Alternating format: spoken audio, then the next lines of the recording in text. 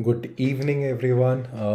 मैं एक बहुत ही इम्पोर्टेंट टॉपिक जिसके बारे में आजकल लोग सब डिस्कस कर रहे हैं और मेरे पास बहुत सारी क्वेरीज आ रही हैं उसके related.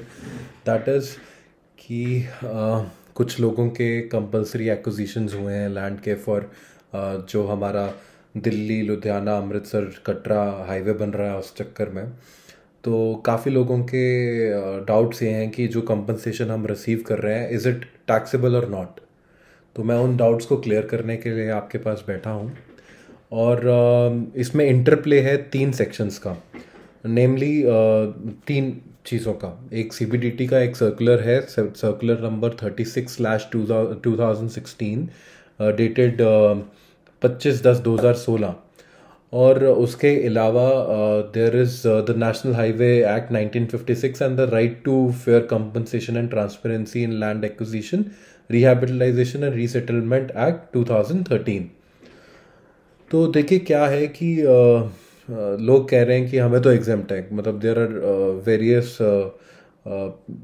Queries which maximum people have this contention कि यार मुझे तो पैसा बचाना है तो दिस इज एग्जेम्प्ट। लोग टीडीएस काट रहे हैं तो काट रहे होंगे, मेरे को तो पैसा बचाना है, बट दिस इज टैक्सेबल। क्यों, मैं आपको बताता हूँ।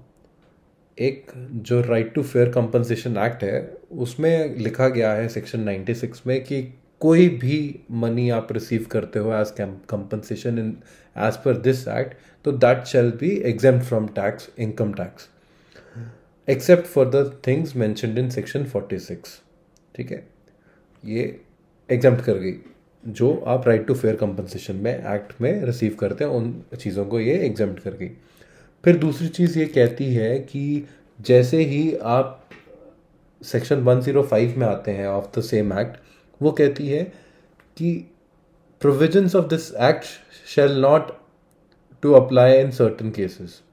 और उसमें वो कह देते हैं कि जो 4th शेड्यूल में मेंशन्ड चीज़ें हैं ना, उनको ये एनैक्टमेंट्स नहीं लगेंगे, ये प्रोविजंस नहीं लगेंगे।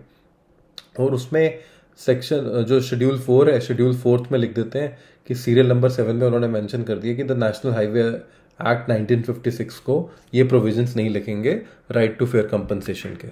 ठीक है जी, अब इससे क्या बना सर? जो हमारी नोटिफिकेशन आई थी जिसमें उन्होंने बोला कि आपकी लैंड को हम कंपलसरी एक्विजिशन करने वाले हैं, that was on 24 March 2022 from ministry of road transportation and highways.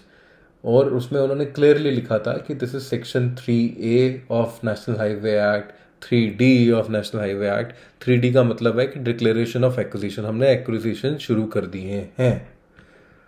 तो हमारे जो एक्विजिशंस हुए हैं वो right to fair compensation act के अकॉर्डिंगली नहीं हुए हैं, वो हमारे नेशनल हाईवे एक्ट 1956 के अकॉर्डिंगली हुए हैं, hence they are taxable.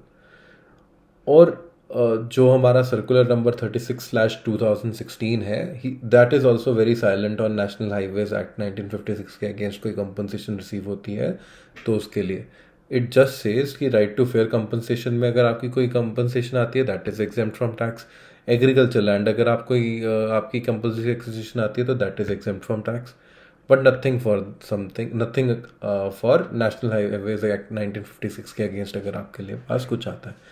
In this regard, there is a case law also between Jagdish Arora versus ITO ITAT Agra, order dated 14/6/2021।